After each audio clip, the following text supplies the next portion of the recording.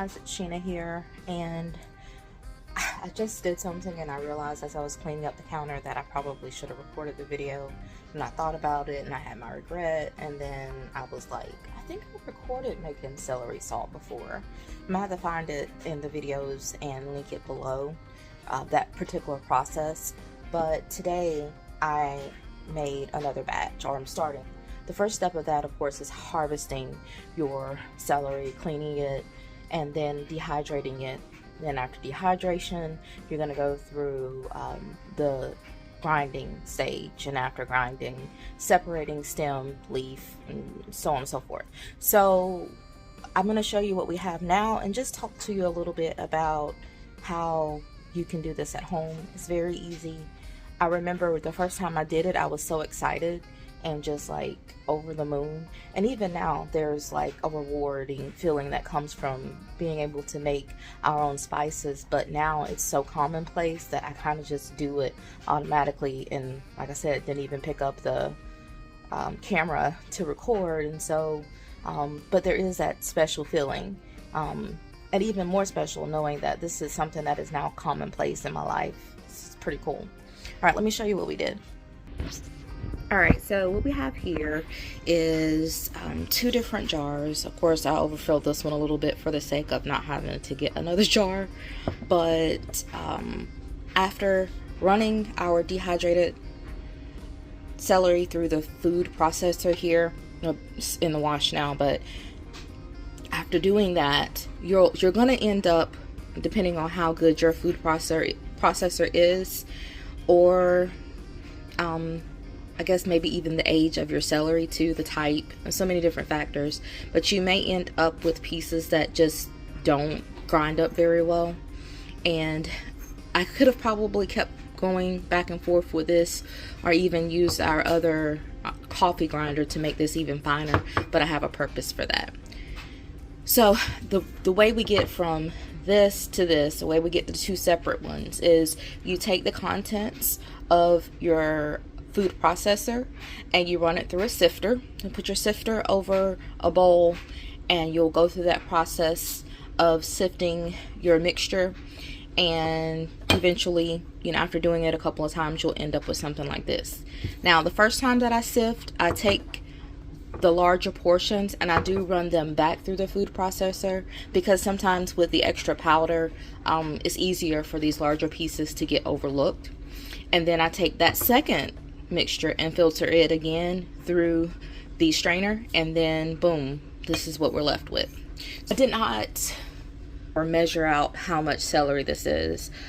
We had an entire row of celery in the high tunnel, nearly an entire row, and we harvested quite a bit for ourselves, but a lot of it sold to the public at our farmers markets and online as well. So I don't know, I should have probably kept up with it for numbers sake, but I didn't. Sorry about that. We grow the Chinese pink celery, and so you can kind of tell that color there is not, yeah, you can see the pink. And the Chinese white celery are the 2 that we grow, and that's what we use to make our celery salt with. You could do this just as well with celery you buy from the store. You can do it with green celery that you grow, any celery. And just remember, you're going to use the stems and the leaves. You're going to use the whole thing. After you dehydrate and you've gone through this process, you're here now. It's time to talk about mixtures and what ratios you want to use of your, put this to the side for a second, of your ground celery powder to your salt. We like to use pink Himalayan sea salt for our spice mixes. It just seems like it just blends well with all of the different things that we dehydrate. Our peppers, the rosemary, the oregano, parsley, like all of it. It does great. And this year we may even be doing a tomato sauce. So I'm really excited about that, like so excited. But anyway, some people, just to give you an idea of where we're going and some numbers that I do know. 1 tablespoon of this celery powder So 1 tablespoon is 1 stalk of celery. All right. The thing about making your own is you can make it as concentrated or dilute as you want. You can make it more salt, less celery if you don't want too much of a celery flavor, or you can do more celery and less salt if the celery is really what you're, really wanting. Or you can make different batches. You could do one with a 1-to-1 ratio, 8 ounces of salt to 8 ounces of celery. Put it back in your food processor and blend it really well, and then go ahead and put it into your spice jars. That's a 1-to-1 ratio. You could also do a 1-to-2 ratio. 1 cup of, or 8 ounces, 1 cup of your celery, ground celery powder, to 2 cups or 16 ounces of your salt. So this is where you get a chance to play mad scientist and really experiment and see what you like. So do it smaller. Do maybe a tablespoon of the ground celery powder to a tablespoon of the salt. Okay? If you're going to do the 1-to-2, 1 tablespoon of ground celery powder to 2 tablespoons of salt. See which flavor you like the best, and then you can go from there and make the rest of your batches. Now, as much waste as we can avoid, the better. So let's talk about this.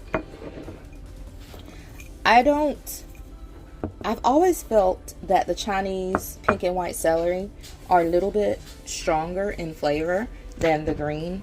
I get varying opinions about that from our customers, but I like celery, so I don't mind the flavor, but in some applications it can be overpowering.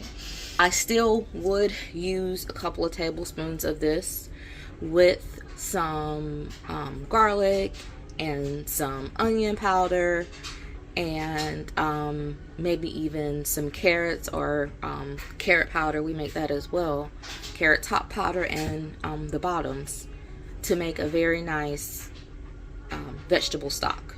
So these stems right here, they're not going anywhere. If I have a soup or something that I'm going to do, I can put them into a little bit of a bag that I make out of like cheesecloth, put a little string around it and put it in there, and those flavors will infuse into the soup. Or I can take it and put it in hot water and let it rehydrate, and then take that and blend it into like a paste and just throw it into the soup or stew, or even to use it as a rub on some meat.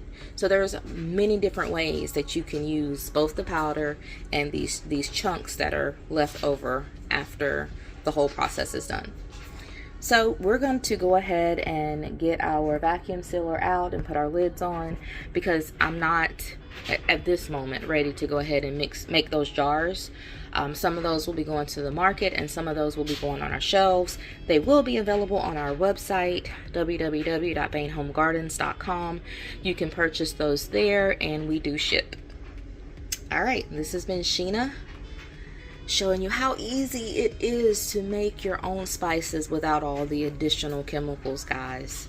You can do this. Catch you on the next video. Bye.